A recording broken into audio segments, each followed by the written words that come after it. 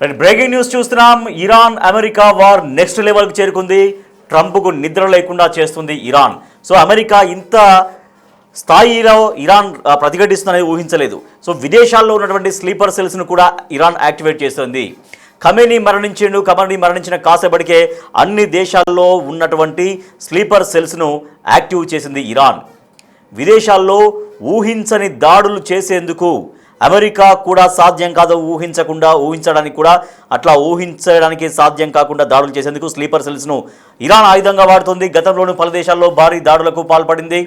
ఎప్పుడు ఎట్నుంచి ఎక్కడ దాడి జరుగుతుందనని అమెరికా ఇజ్రాయెల్ టెన్షన్ పడుతోంది. స్లీపర్ సెల్స్తో అమెరికాలో విధ్వంసానికి ఇరాన్ భారీ స్కెచ్ వేస్తోంది. సో ఇరాన్ అనేది చెప్పింది, ఇరాన్ ఖచ్చితంగా అమెరికా అంతు చూస్తామంటూ, అమెరికా యుద్ధం మొదలు పెడితే మేమే ముగిస్తామంటూ ఇరాన్ చేసినటువంటి ప్రకటనకు అనుగుణంగానే తమ దేశ సుప్రీం లీడర్ని పోగొట్టుకున్నామన్నటువంటి ప్రతీకార జ్వాలతో రగిలిపోతుంది ఇరాన్ అమెరికా స్థావరాల్ని ధ్వంసం చేస్తూనే ఉంది. సో ఇప్పుడు అసలు అమెరికా ఆత్మరక్షణలో పడినటువంటి పరిస్థితి ఏర్పడింది. అమెరికా ఇజ్రాయెల్ రెండు కలిసి ఉన్నప్పటికీ, కలిసి దాడులు చేస్తున్నప్పటికీ కూడా ఇరాన్ ఇంత సమర్థవంతంగా తిప్పి కొడుతుంది అంటూ అమెరికా కూడా ఊహించలేదు. కానీ ఆ స్థాయిలో ఇరాన్ నుంచి రిప్లైస్ వస్తున్నాయి. ఇరాన్ సుప్రీం లీడర్ ఖమేనీ మరణించిన కాసేపటికే అన్ని దేశాల్లో ఉన్నటువంటి స్లీపర్ సెల్స్ను ఇరాన్ యాక్టివ్ చేసింది. మా సుప్రీం లీడర్ చనిపోయాడు అన్నటువంటి బాధ పక్క ఇరాన్కి ఉండగానే ఖచ్చితంగా ప్రతీకారం తీర్చుకుంటాం, అంతకంతా సమాధానం చెబుతాం అమెరికాకు, ఇజ్రాయెల్కు అంటూ ఇరాన్ స్పష్టం చేసింది. ఇరాన్ చెప్పిన ప్రకారంగానే అమెరికాకు నిద్ర లేకుండా చేస్తోంది. ఇప్పటికే అమెరికా ఆయుధ సంపత్తి మొత్తం ఖాళీ అవుతున్నటువంటి పరిస్థితి, ఖాళీ అయిపోతుంది. కానీ అసలు అమెరికా తన యుద్ధాన్ని విరమించుకునేటువంటి ఆలోచనలో కూడా ట్రంప్ దాదాపుగా వచ్చినట్టుగా, ట్రంప్ వెనుకడుగు వేస్తున్నట్టుగా మనకు తెలుస్తోంది. ఈ మేరకు అక్కడ వాల్ స్ట్రీట్ జర్నల్ అయితే ఒక కథనాన్ని కూడా అక్కడ ప్రచురించింది. ఇరాన్ ఇజ్రాయెల్ అమెరికా యుద్ధంలో కీలక పరిణామం చోటు చేసుకుంది. ఇరాన్తో యుద్ధం పైన ట్రంప్ వెనుకడుగు వేస్తున్నారు. యుద్ధంపై అమెరికన్లలో తీవ్రంగా అసంతృప్తి వ్యక్తమవుతుంది. ఇప్పటికే దాదాపుగా 70% అమెరికా ప్రజానీకం ఇరాన్తో యుద్ధం వద్దు అంటూ ఆ యుద్ధాన్ని వ్యతిరేకిస్తున్నటువంటి పరిస్థితి. ఓ పక్క ప్రజల వ్యతిరేకత పెరిగిపోతుంది యుద్ధం పట్ల. ప్రజాభిప్రాయం కనుక ఇట్లేగా మరింతగా పెరిగితే కనుక ప్రభుత్వానికి, ట్రంప్కు ముఖ్యంగా తీవ్ర వ్యతిరేకత వస్తున్నటువంటి ఆలోచనలో ఒకటి ట్రంప్ ఉన్నట్టుగా తెలుస్తుంది.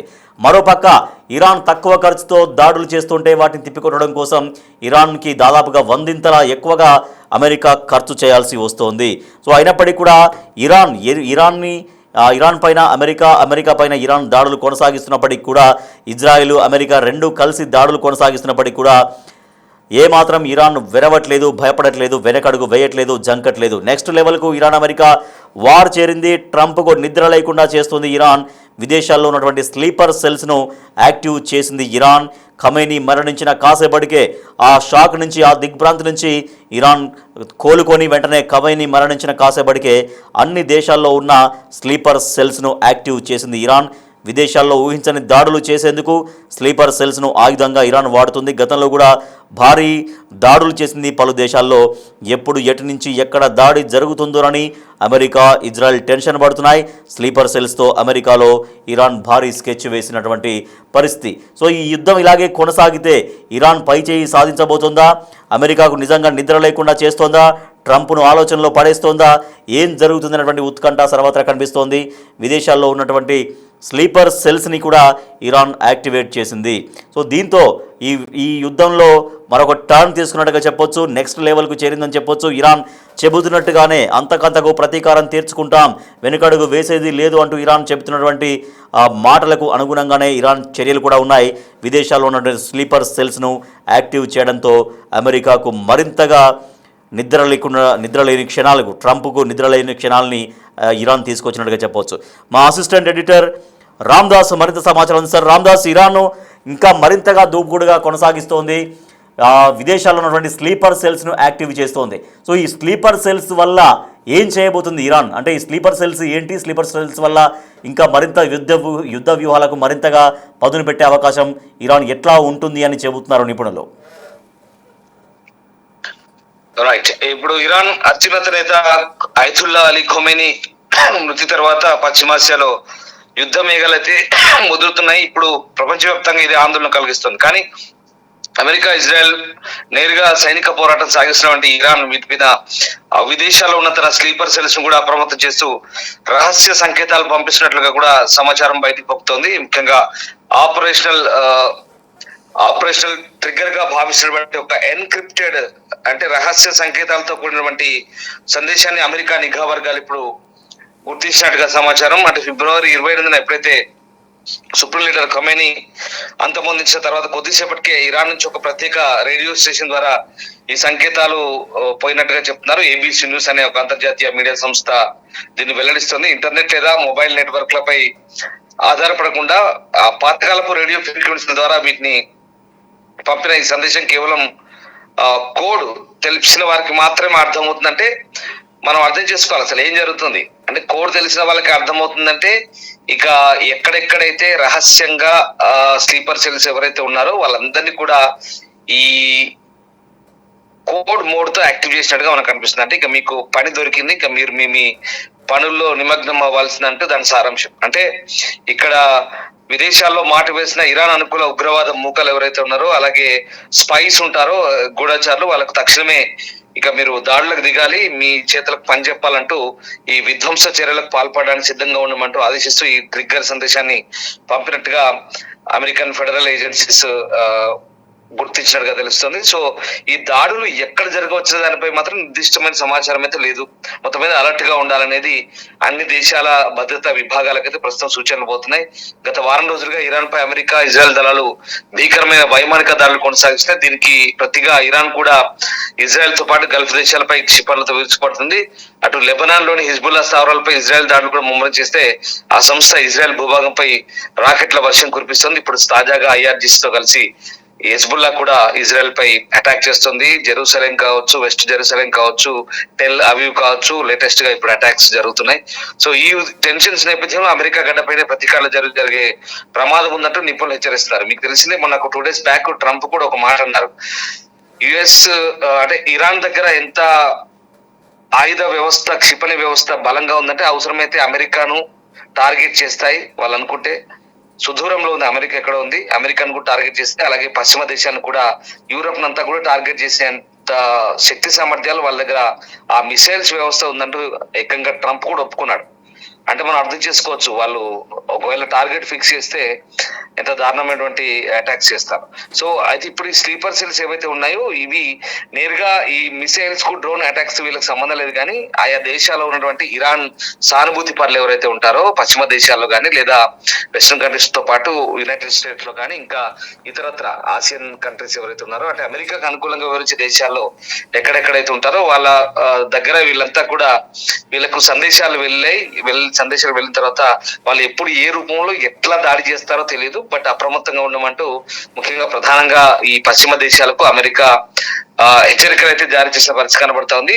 ఇది పరిస్థితి తీవ్రం దృష్టిలో పెట్టుకుంటే ఇప్పుడు FBI డైరెక్టర్ కాష్ పటేల్ ఉగ్రవాద వ్యతిరేక బృందాలను హై అలర్ట్ లో ఉంచారు.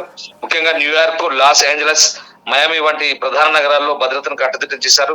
అక్కడ ప్రధానంగా ఈ ప్రార్థనా మందిరాలు, స్కూల్స్, తర్వాత కల్చరల్ సెంటర్స్ దగ్గర గస్తీలు పెంచారు. అమెరికా భూభాగంపై ఇరాన్ దాడి చేసే అవకాశం ఉందన్న ప్రశ్నకు స్పందిస్తూ మాత్రం యుద్ధం అన్నాక ప్రాణ నష్టం తప్పదు, అన్ని పరిస్థితులను ఎదుర్కొన్న సిద్ధంగా ఉన్నామంటూ డొనాల్డ్ ట్రంప్ కూడా చెప్తున్నాడంటే అర్థం చేసుకోవచ్చు. ఒకవేళ చెప్పలేము అక్కడున్న పరిస్థితుల్లో నేరుగా ఇరాన్ నుంచి క్షిపణులు లేచే పరిస్థితి ఉన్నా లేకపోయినా, అమెరికాపై నేరుగా దాడి చేసే పరిస్థితి ఉన్నా లేకపోయినా అక్కడున్న స్లీపర్ సెల్స్ ని కనుక వీళ్ళు సంకేతాలు ఇచ్చి ఆదేశాలు ఇస్తే కనుక అవసరమైతే అక్కడనే ఉన్న వాళ్ళు కూడా అటాక్ చేయొచ్చు. అది లాస్ ఏంజలస్ కావచ్చు, మయామి కావచ్చు, వాషింగ్టన్ DC కావచ్చు, ఎక్కడైనా కావచ్చు. సో మనకు తెలిసిందే ఒకసారి అమెరికా నిర్లక్ష్యానికి ఖరీదు ఎంత చెల్లించుకుందో మనం ట్విన్ టవర్స్ లో అప్పుడు ఒసామా బిన్ లాడెన్ ఎట్లా ఢీకొట్టి అమెరికన్స్ 3,500 మందిని పొట్టన పెట్టుకున్నాడు. సో అది అమెరికన్లు ఎప్పుడు మర్చిపోలేదు. తర్వాత పెంటగాన్ కూడా ఎప్పటికప్పుడు అమెరికా అధ్యక్షుని సెక్యూరిటీని పెంచింది. మనకు రొనాల్డ్ రీగన్ హత్య తర్వాత చాలా జరిగే ఇన్సిడెంట్స్ అమెరికాలో ఇవన్నీ కూడా చాలా భద్రతాపరమైన చర్యలు చాలా కట్టుదిట్టంగా ఉంటాయి.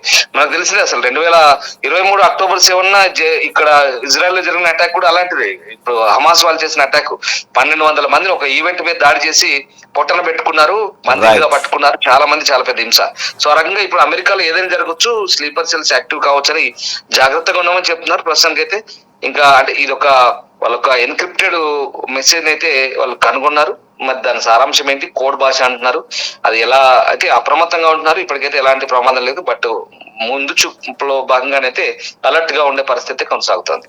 Right, thank you Ramdas. Next లెవెల్కు ఇరాన్ అమెరికా వార్ చేరింది. ట్రంప్కు నిద్ర లేకుండా చేస్తోంది ఇరాన్. విదేశాల్లో ఉన్నటువంటి స్లీపర్ సెల్స్ను ఇరాన్ యాక్టివ్ చేసింది. ఎప్పుడు ఎక్కడి నుంచి ఎటువంటి దాడి జరుగుతుందనని అమెరికా ఇజ్రాయెల్ రెండు టెన్షన్ పడుతున్నాయి. సో అమెరికా ఇజ్రాయెల్ చాలా ఈజీగా ఇరాన్ను మట్టుబెట్టేయచ్చు. ఇరాన్ సుప్రీం లీడర్ ఖమేనీని అంతమొందించిన తర్వాత ఇరాన్ దాసోహం అంటుందేమో, కాళ్ల బేరానికి వస్తుందేమో అని భావించింది అమెరికా అండ్ ఇజ్రాయెల్. కానీ ఇరాన్ ఎక్కడా వెరవట్లేదు, ఎక్కడా భయపడట్లేదు, ఎక్కడా వెనుకంజ వేయకుండా అమెరికా ఇజ్రాయెల్ దాడుల్ని ఇరాన్ చాలా సమర్థవంతంగా తిప్పికొడుతూ ఉంది. సో ఇప్పుడు విదేశాల్లో ఎక్కడైతే స్లీపర్ సెల్స్ ఉన్నాయో వాటిని యాక్టివేట్ చేసింది ఇరాన్. సో స్లీపర్ సెల్స్తో అమెరికాలో ఒక భారీ విధ్వంసానికి స్కెచ్ వేసింది ఇరాన్. దీంతో అమెరికా ఇజ్రాయెల్ టెన్షన్ పడుతున్నటువంటి పరిస్థితి.